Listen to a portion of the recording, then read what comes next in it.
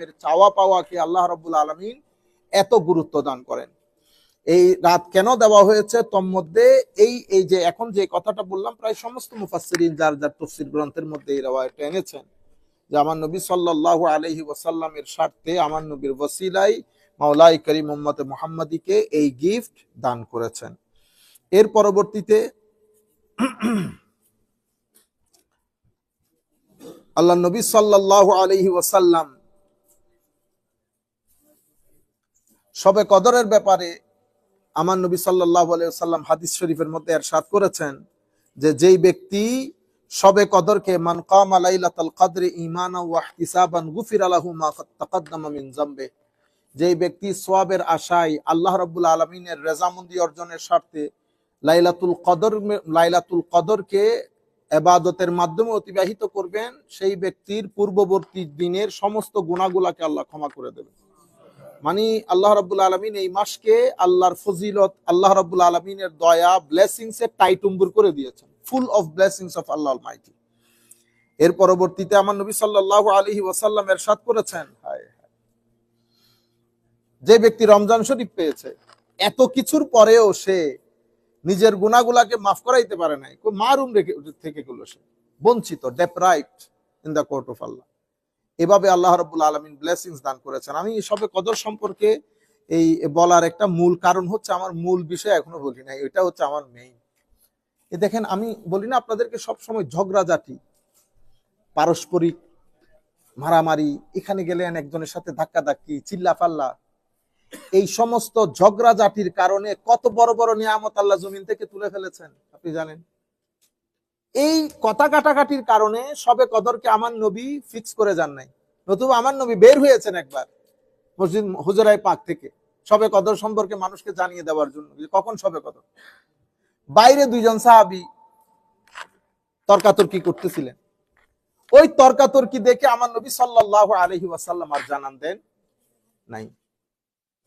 এবং আমরা হাদিসে পাকের মধ্যে এভাবে এসেছে, খারাজান নবী, এটা বুখারী শরীফের রিওয়ায়াত, বুখারী শরীফের রিওয়ায়াত, খারাজান নবী সাল্লাল্লাহু আলাইহি ওয়াসাল্লাম লিইখবিরা বিলাইলাতিল কদরি ফাতালাহা রাজুলান মিনাল মুসলিমিন, দুইজন সাহাবায়ে কেরামের মাঝখানে আমি দুইজন সাহাবীর নাম আপনাদেরকে বলতেছি না, আবার আপনারা মনের মধ্যে আরেকটা নিয়ে আসবেন। এই দুইজন সাহাবী পরস্পর বাকবিতণ্ডা করতেছিলেন। আমার নবী বের হয়েছেন লিইখবিরা বিলাইলাতিল কদর, তাদেরকে লাইলাতুল কদরের সংবাদ দেওয়ার জন্য, যে অমুক তারিখ অমুক ক্ষণে লাইলাতুল কদর সংগঠিত হবে, বি প্রিপেয়ার। আমার নবী বের হয়ে দেখলেন ফাতালাহা রাজুলান মিনাল মুসলিমিন ফাকালা খারাজতু লিউখবিরাকুম বিলাইলাতিল কদর ফাতালাহা ফুলানুন ওয়া ফুলানুন ফারুফিআ। আমার নবী সাহাবায়ে কেরামকে বলতেছেন, আমি মসজিদে, আমি হুজরা থেকে বের হয়েছিলাম লাইলাতুল কদর সম্পর্কে বলার জন্য, কিন্তু আমি বাইর হয়ে দেখি তোমাদের দুইজন ঝগড়াঝাটি করতেছে। এটা দেখার ফলে ফারুফিআত, আল্লাহ লাইলাতুল কদর সম্পর্কে জানানোটা আল্লাহ তুলে নিয়েছেন, লাইলাতুল কদর সম্পর্কে জানানোটা আল্লাহ তুলে নিয়েছেন। এই জন্য পারস্পরিক বাগ আর তুলে নেওয়ার মধ্যে হিকমত আছে। আমার নবী সাল্লাল্লাহু আলাইহি ওয়াসাল্লাম আবার রিওয়ায়াতের মধ্যে এটাও বলেছেন, তো এটা তোমাদের জন্য খাইর, এটা তো এখানে তোমাদের জন্য মঙ্গল নিহিত। কেন? হায় হায়, অনেক ধরনের কথা আছে। লাইলাতুল কদর যদি বলেও দিত, ধরেন অমুক তারিখ লাইলাতুল কদর, ওই দিন আপনি অসুস্থ হয়ে গেলেন, মানুষ পাগল হয়ে যেত। তা আমার নবী সাল্লাল্লাহু আলাইহি ওয়াসাল্লাম, আল্লাহ রাব্বুল আলামিন আমার নবীর মাধ্যমে লাইলাতুল কদরকে বলেছে আখেরি 10 দিনে বেজর রাত। পুরা বছরও বলতে পারতো, পুরা রমজান মাস ব্যাপী বলতে পারতো, কিন্তু বলেছে আখেরি 10 দিনের বেজর রাত। তো আখেরি 10 দিনের বেজর রাতের মধ্যে আবার আমার নবীর ইঙ্গিত বেশি, আমরা যেদিন পালন করি সেই দিন 26 তারিখ দিবাগত রাত, যেটা 27 তারিখের রাত। পুরা মুসলিম বিশ্বের মধ্যে লাইলাতুল কদর ওই রাতেই পালিত হয়। আমার নবী সাল্লাল্লাহু লাইলাতুল কদর সম্পর্কে, মানে কখন লাইলাতুল কদর, এটা নিয়ে দুইটা অভিমত। বেশিরভাগ উলামায়ে কেরাম, যেটা হাদিসে পাকের মধ্যে এসেছে, যে আখের শেষ 10 দিনের ভেজর রাত। আরেকটা অভিমত হচ্ছে 26 তারিখ দিবাগত রাত। 26 তারিখ দিবাগত রাতের উপরে ইমাম রাজি উনার তাফসীরে কবিরের মধ্যে অসংখ্য বর্ণনা এনেছেন, বিভিন্ন ভাবে ওখানে ইনডাইরেক্ট ডিভাইন ইঙ্গিত রয়েছে যে এটা 27 তারিখের রাতেই। এবং কিছু রিওয়ায়াতের মধ্যে আমার নবী সাল্লাল্লাহু আলাইহি ওয়াসাল্লাম ইরশাদ করেছেন 26 তারিখ দিবাগত রাত। সেই কারণে উম্মতে মুসলিমা বেশিরভাগ ক্ষেত্রে 26 তারিখ দিবাগত রাতকে লাইলাতুল কদরের জন্য পালন করে। এই ছাড়াও আমার নবী সাল্লাল্লাহু আলাইহি ওয়াসাল্লামের এক হাদিসের মধ্যে, আমি আল্লাহুম্মা সাল্লি আলা সাইয়্যিদিনা মুহাম্মাদিন ওয়া বারিক ওয়া সাল্লিম, আপনি দেখেন এক সাহাবী আমার নবীর দরবারে আসছে, আসার পরে বলতেছে ইন্না লিবাদি আকুনু ফিহা ওয়া আনা উসাল্লি বিহামদিল্লাহ। হুজুর, আমি তো ওই গ্রামের মধ্যে একদম বিরান মরুভূমি, হয়তো ফার্ম হাউস টার্ম হাউস আছে, আমি ওখানে থাকি ইয়া রাসূলুল্লাহ। এখন মসজিদে নববীতে আমার থেকে দূর, হুজুর আমি নামাজ দোয়া ওখানে পড়ি, তো হুজুর আমাকে একটু যদি বিলাইলাতিন আনজালা ইলা হাযাল মসজিদ, যদি আপনি আমাকে বলতেন একটা রাতের কথা, যেই রাতে আমি মসজিদে নববীর মধ্যে এসে নামাজ দোয়া পড়ব। উনি ইঙ্গিত করতেছেন লাইলাতুল কদরের দিকে। তো আমার নবী ফাকাল আনজিল লাইলা সালাস ওয়া 20, তুমি একটা কাজ করিও 23 তারিখ আসিও মসজিদের মধ্যে। তো কানা উনি কি করতেন, উনি 23 তারিখ মসজিদে নববীতে আসতেন, মসজিদে নববীর মধ্যে ঢুকতেন, ইজা সাল্লাল আসর ফালা ইয়াখরুজু ইল্লা লিহাজা হাত্তা ইউসাল্লি আস-সুবহ, আসরের নামাজ পড়ে ঢুকতেন, কোন হাজত বাদে মসজিদে নববী থেকে বের হতেন না। এরপরে ফজরের নামাজ পড়তেন, ফাইজা সাল্লাস সুবহা, যখন ফজরের নামাজ পড়তেন তো উনি ওনার ছেলে ওনার জন্য ওই ওনার যে বাহন সেটাকে মসজিদে নববীর বাইরে আনতো, ফাজালাসা আলাইহা, উনি ফজরের নামাজ পড়ে মসজিদে নববী থেকে বের হয়ে যেতেন। তাহলে ওনার লাইলাতুল কদর আমার নবী 23 তারিখ ঠিক করে দিয়েছেন। হ্যাঁ, সেই কারণে অনেক উলামা ইকরাম বলেছে লাইলাতুল কদর এক একজনের জন্য এক এক রাতেও হতে পারে। যাই হোক, আমরা ওদিকে না যাই, আমি জাস্ট আপনাদেরকে বোঝানোর জন্য।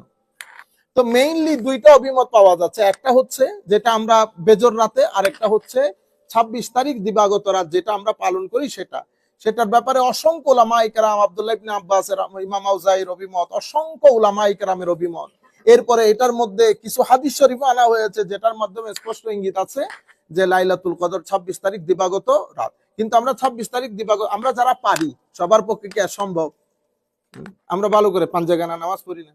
আমাদের এখানে আমাদের কিছু ভাই আছে বহুত কাবিল, ও ভাই আমরা মানুষের সাথে ডিল করি, আমরা বুঝি মানুষ পাঞ্জাগানা নামাজ পড়তে আসে না। আপনি তাদেরকে যদি বলেন ভাই প্রত্যেক বেজরাতে দাঁড়াইবনি, তার চেয়ে ভাই তুমি শুইও না, অন্তত 26 তারিখ হইলো জায়গা থাকো, 26 তারিখ হইলো জায়গা। সবাইকে বলতে হয়, এখানে আমাদের অসংখ্য ভাই আছে, ওনারা প্রত্যেক রাতে তাহাজ্জুদ করেন, ওনাদের জন্য 26 তারিখ 27 তারিখের কোনো দরকার নাই।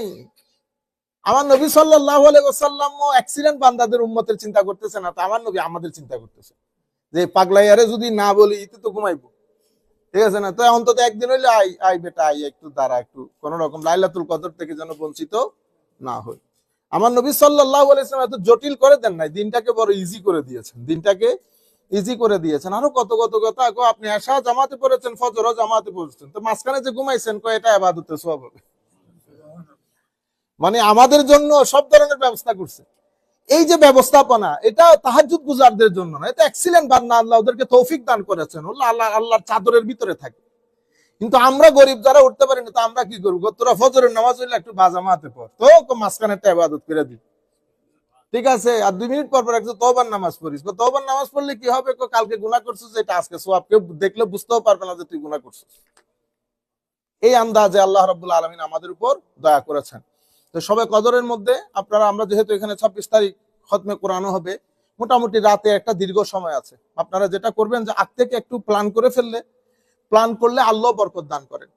যদি প্ল্যান ছাড়া শুধু গাড়ি তুলছেন, ফু করে নিয়ে যাইতেছেন, এরকম না। গাড়ি তুলছেন, গাড়ি গরম করতে হয়, গাড়ি গরম করতে আস্তে ধীরে। আপনি একটা চার্ট করে ফেললে কতক্ষণ কোরআন শরীফ পড়বেন, কতক্ষণ জিকির করবেন, কতক্ষণ সালাত তাহাজ্জুদ আদায় করবেন। তাহাজ্জুদের জন্য একটা লম্বা সময় নেন, 1 ঘন্টা সময় নেন মিনিমাম তাহাজ্জুদের জন্য।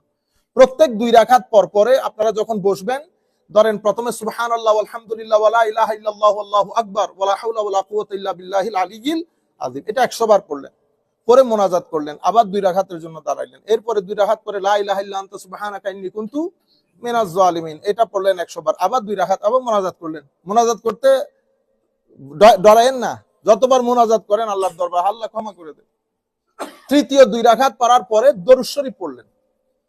চতুর্থ 2 রাকাত পরে আপনি যেই দোয়া পারেন, আল্লাহুম্মা ইন্নী যালামতু নাফসি যুলমান কাসীরা ওয়া লা ইয়াগফিরুয যুনুবা ইল্লা আনতা ফাগফিরলি মাগফিরাতাম মিন ইনদিক ওয়ারহামনি ইন্নাকা আনতাল গফুরুর রাহিম ওয়া উফাউযিদু আমরি ইলাল্লাহ ইন্নাল্লাহা বাসীরুম বিল ইবাদ সাহহিল ইয়া ইলাহি আলাইনা কুল্লা সাবিল বিহুরমাতি সাইয়্যিদিল আবরার হাসবুনাল্লাহু ওয়া নি'মাল ওয়াকিল নি'মাল মাওলা ওয়া নি'মান নাসীর সুবহানাল্লাহি ওয়া বিহামদিহি সুবহানাল্লাহিল আযীম ওয়া বিহামদিহি আস্তাগফিরুল্লাহ, একেবারে সংক্ষিপ্ত করে লা হাওলা ওয়ালা কুওয়াতা ইল্লা বিল্লাহিল আলিয়্যিল, বড় মন থেকে পড়বেন, বড় মন থেকে পড়বেন, মহব্বত করে।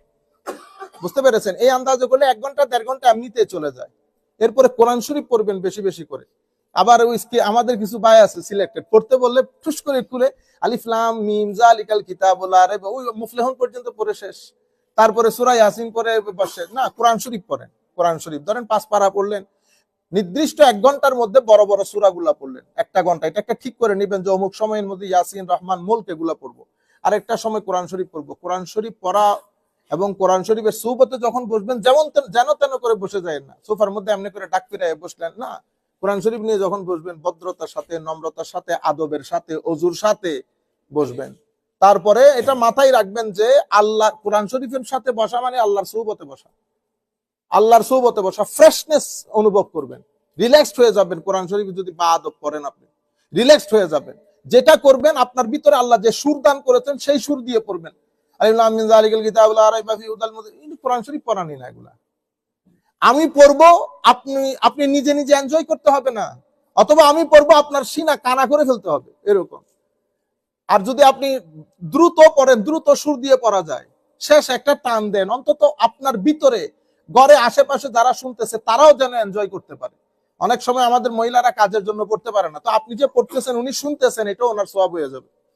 কোরআন শরীফটাকে সুন্দর করে পড়েন, ঘরের মধ্যে বাচ্চারা যেন এনজয় করে। এখন তারা সুন্দর সুন্দর মিউজিক শুনে, কিন্তু এখানে কোরআন শরীফ পড়তে আসলে এটা পুরা। আর যদি বাংলাদেশে নিয়ে যান, এ তো আর কোরআন শরীফ পড়বে না। বাংলাদেশে নিয়ে গেলে, বাংলাদেশে আমাদের তো আল্লাহর মেহেরবানি, আল্লাহ আমাদের হুফাজে কেরামকে দীর্ঘজীবী করুক। হ্যাঁ, বাংলাদেশের মধ্যে গেলে আপনি আধা মসজিদের মধ্যে তারাবিও পড়তে পারবেন না, আর এখান থেকে গেলে তো পড়তেও পারবেন না। এরা যেই আন্দাজে, যেই দ্রুত গতিতে 50 মিনিটে শেষ করে ফেলতে হবে তারাবি, দুনিয়া যেখানে যাবে যাক। এবং যে আন্দাজে পড়ে, এটা কোন নামাজ, আল্লাহ পাক এটা কেন করে কষ্ট আল্লাহ পাক জানে। আল্লাহ যদি এদেরকে সওয়াব দেয়, আমাদের তো কিছু করার নাই। কিন্তু কথা হচ্ছে পড়ানি তো এরকম না। কোরআন শরীফকে আমার নবী অসম্ভব জোর দিয়ে বলেছেন যেন মেলোডিয়াস ভয়েস দিয়ে কোরআন পাকের তিলাওয়াত করেন, মেলোডিয়াস ভয়েস দিয়ে। কারণ আপনি তো আমার অর্থ বুঝতেছেন না, আল্লাহ রাব্বুল আলামিন কালামে পাকের মধ্যে কি বলেছেন সেটা তো আপনি বুঝতেছেন না। যেটা বুঝতেছেন সেটা ইন্টারন্যাশনাল মিউজিক, সেটাকে বলে কি সুর, সাউন্ডটা বুঝতেছেন। এই সাউন্ডটা যদি সুন্দর হয় তো অটোমেটিক্যালি মানুষ অ্যাট্রাক্টেড হয়। তখন আপনি ইমাম সাহেব দীর্ঘ করলে আপনার ভিতরে কাশি আসবে না। এখন একটু জোরে করলে এদিক থেকে একজনে দেয় কাশি, ওদিক থেকে একজনে দেয় কাশি, বুঝছেন? কাশি টাশি ভুলে যাবেন যদি কোরআন শরীফ। এই যে আমাদের আপনারা যান উমরার মধ্যে, আপনারা এনজয় করেন না সেখানে? দীর্ঘক্ষণ কিয়ামুল লাইল করে, কেউ কাশি দিচ্ছেন ওখানে, কেন? এনজয় করতেছেন। রুহানি একটা মদিনা শরীফের মকাম তো আলাদা, মক্কার মকাম আলাদা, তবে একটা এনজয় তো করতেছেন আপনি। আমি সেই জিনিসটা বলতেছি। তো তাহাজ্জুদের জন্য আপনি আর আমাদের এই এখন থেকে দোয়া করবেন, আল্লাহ যেন সবাইকে শবে কদর নসিব করেন। আমার নবী সাল্লাল্লাহু আলাইহি ওয়াসাল্লাম হাদিসে পাকের মধ্যে শবে কদরের একটা এনভায়রনমেন্টাল চিত্র দিয়েছেন। শবে কদরের দিনটা অনেক সুন্দর যাবে, অনেক সুন্দর হবে। চাঁদের আলো ফকফকা হবে, খুব বেশি একেবারে সাদাও না কালো না, মাঝখানে। আপনি এনভায়রনমেন্ট দেখলেই আপনার ভিতর থেকে বুঝতে পারবেন যে আজকে লাইলাতুল কদর। এরপর আপনি যখন অর্ধরাত্রিতে হাত তুলবেন, দেখবেন আপনার ভিতরে একটা ঝাঁকুনি অনুভব করতেছেন, কেন যেন একটা মহব্বত লাগতেছে, ইচ্ছে করবে সিজদার মধ্যে দীর্ঘক্ষণ থাকি। দেখবেন বুক ফাটা কান্না আসতেছে, মনে করবেন লাইলাতুল কদর। এগুলো হাদিসে পাকের মধ্যে আমার নবী এনভায়রনমেন্টাল একটা চিত্র দিয়েছেন এই লাইলাতুল কদর। লাইলাতুল কদরে এই আন্দাজে দিনটা হয়। আল্লাহ রাব্বুল আলামিন আমাদের সবাইকে এই রাত নসিব করুক। মাওলাই করিম আমাদের কাউকে, দুশমনকেও যেন আল্লাহ লাইলাতুল কদর থেকে বঞ্চিত না করুক। ওমা আলাইনা ইল্লাল বালাগুল মুবিন। আসসালামু আলাইকুম ওয়া রাহমাতুল্লাহি ওয়া বারাকাতুহু।